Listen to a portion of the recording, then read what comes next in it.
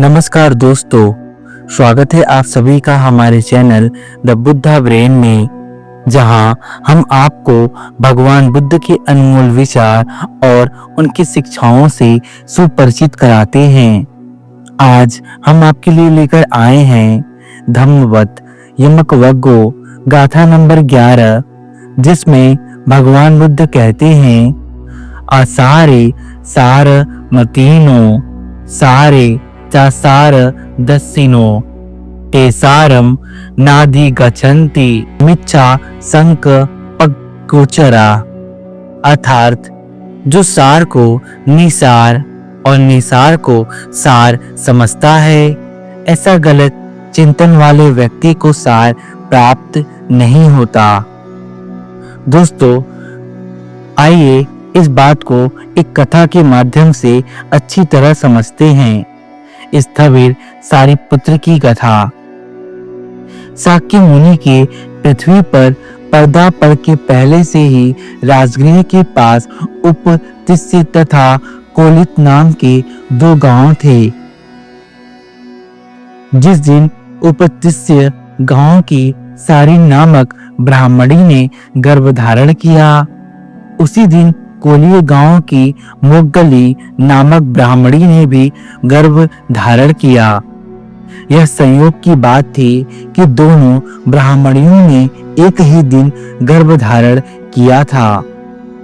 इन दोनों परिवार में 7 पीढ़ियों से गाढ़ी मित्रता थी। समय आने पर दोनों परिवारों में पुत्र पैदा हुए। सारी ब्राह्मणी के पुत्र का नाम उपतिस्य रखा गया और मोगली ब्राह्मणी के पुत्र का नाम कोलित रखा गया। उम्र आते ही ये दोनों स्वर्ग गुण संपन्न हो गए। उन दिनों राजगृह में प्रत्येक वर्ष गिरि जसमज्ज नामक मेला लगता था। दोनों मित्र एक ही मंच पर बैठकर मेला देखते थे। हंसने की बात पर हंसते थे, उदास होने की बात पर उदास होते थे तथा दान देने के अवसर पर उचित दान देते थे।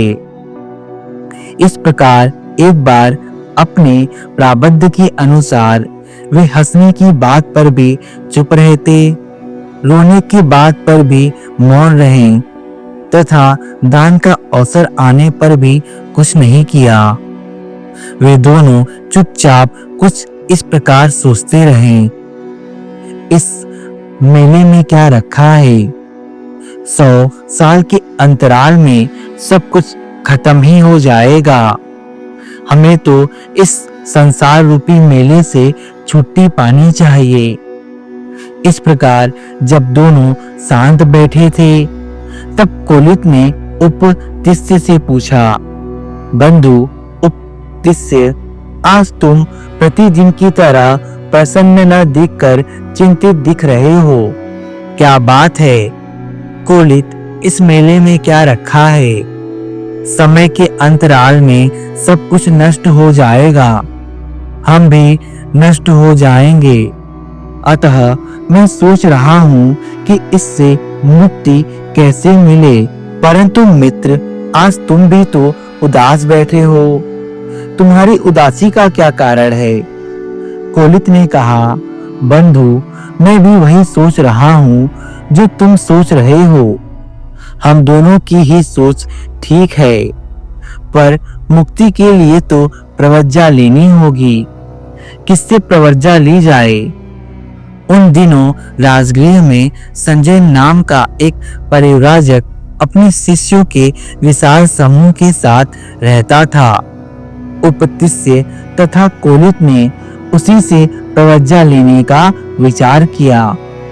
वे उसके पास गए, उससे प्रवज्ञा ग्रहण की और बहुत जल्द ही संजय द्वारा बताए सारे सिद्धांतों को पूरी तरह हृदयंगम कर गए। तब उन्होंने संजय से पूछा, आचार्य, हमने आपके द्वारा बताए सारे सिद्धांतों को हृदयंगम कर लिया है, अब आगे कुछ और बताइए। तब संजय ने कहा, आगे बताने के लिए कुछ नहीं है। जितना मालूम था उतना बता दिया। यह सुनकर दोनों मित्रों ने राय की, इस आचार्य के पास रहने से कोई फायदा नहीं है। आर्यावत बहुत विशाल देश है। अगर हम यहाँ घूमेंगे तो निश्चय से ही कोई न कोई सही आचार्य मिल जाएगा। ऐसा सोचकर दोनों मित्र पूरे जम्बू द्वीप में घूमते रहे।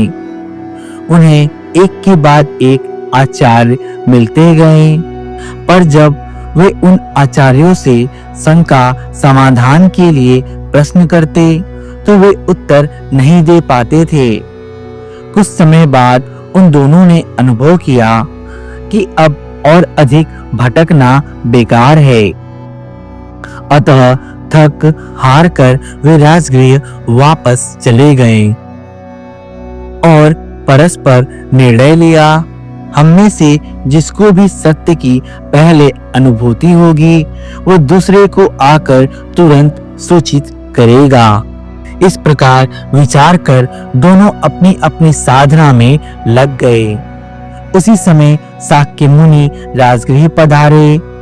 वे वेणुवन में रह रहे थे। उनके साथ पंचवर्गीय भिक्षुक में से अश्वजित नाम का भिक्षुक भी आया। उसने किसी दिन भिक्षाटन के लिए नगर में प्रवेश किया। उसी समय उपतिस्य भी भिक्षाचर्या हेतु निकल पड़ा। रास्ते में उपतिस्य ने अश्वजीत को देखकर मन ही मन सोचा, मैंने आज तक ऐसा तेजस्वी परिव्राजक नहीं देखा है। क्यों न मैं इससे बातें करूं तथा इसके आचार्य के बारे में पूछ लूं। अतः सही अवसर पाकर उपतिस्य अश्वजीत के पास गया तथा उनके बारे में पूछ लिया। अश्वजीत स्थविर ने जो धर्म हेतु उत्पन्न है गाथा सुनाई तो पद सुनते ही उपतिस्य से सोतापन्न हो गया।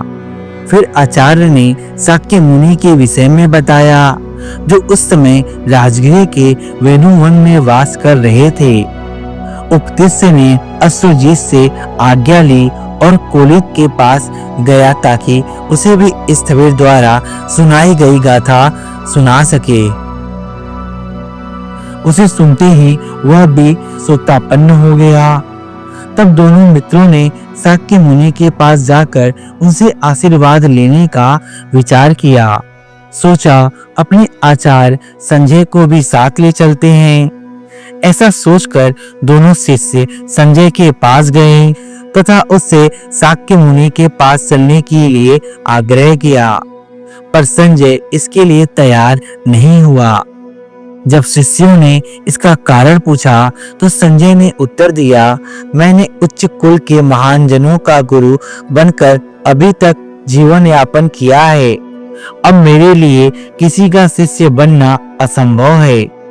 दोनों शिष्यों ने समझाने की पूरी कोशिश की पर संजय तैयार नहीं हुआ तथा उसने कहा, संसार में बुद्धिमान की तुलना में मूर्ख अधिक हैं। अतः बुद्धिमान अगर शाक्य मुनि के पास जाएंगे तो मूर्ख तो मेरे ही पास आएंगे। ऐसा सुन उपतिस्य और कोलित दोनों शास्त्रा से मिलने चल पड़े। संजय के अधिकांश शिष्य भी उन दोनों के पीछे हो लिए। संजय यह आघात बर्दाश्त नहीं कर पाया और वहीं तुरंत उसकी मृत्यु हो गई। उधर उपतिस्य और कोलित शास्त्रा के पास पहुंचे। उनसे प्रवज्जा की प्रार्थना की। शास्त्रा ने दोनों को प्रवज्जा दी। उन्होंने बुद्ध को बताया किस प्रकार उन्होंने बहुत कोशिश की कि संजय त्रिरत्न की शरण में आए पर वह तैयार नहीं हुआ। कुछ दिनों के बाद कोलित महामोगलायन के रूप में तथा उसके बाद उपतिस्य सारिपुत्र के रूप में अरहंत हो गए। शाक्य मुनि ने समझाया, अपनी गलती दृष्टि के कारण संजय एक मूर्ख की तरह आसार को सार, सार को असार समझ बैठा था। इसके विपरीत मोग्गलान तथा सारे पुत्र समझदार थे और उन्होंने असार तथा सार को सार समझ लिया था। तब शास्ता ने यह दो गाथा सुनाई थी। असारे सार मतीनो सारे चा सार दसीनो ते सारम नादि गच्छन्ति मिच्छा संक पगोचरा। अर्थात जो सार को निसार और निसार को सार समझता है, ऐसा गलत चिंतन वाले व्यक्ति सार को प्राप्त नहीं होते। सारम च सारतो नत्वा असारम च असारतो ते सारम अधिगच्छन्ति सम्मा संक पगोचरा। अर्थात जो सार को सार और निसार को निसार समझता है, ऐसे शुद्ध चिंतन वाले व्यक्ति को ही सार प्राप्त होता है। तो दोस्तों, भगवान बुद्ध हमें यहाँ स्पष्ट समझाते हैं कि जो भी व्यक्ति इस संसार में जो निसार है उसे सार समझता है और जो सार है उसे निसार समझता है, उसे कभी भी सार की प्राप्ति नहीं होती। सार की प्राप्ति उसे ही होती है जिसकी दृष्टि सम्यक है, जो सार को सार समझता है और निसार को सार समझता है। दोस्तों, मैं आशा करता हूँ आपको ये वीडियो पसंद आई होगी। यदि आपको ये वीडियो पसंद आई तो कृपया मेरे वीडियो को लाइक करें, मेरे चैनल को सब्सक्राइब करें तथा इस वीडियो को ज्यादा से ज्यादा शेयर करें। मुझे आशा है कि इस वीडियो के माध्यम से आप समझे होंगे कि कौन है जो सार को प्राप्त करता है। मेरे चैनल द बुद्धा ब्रेन में बने रहने के लिए आप सभी का धन्यवाद।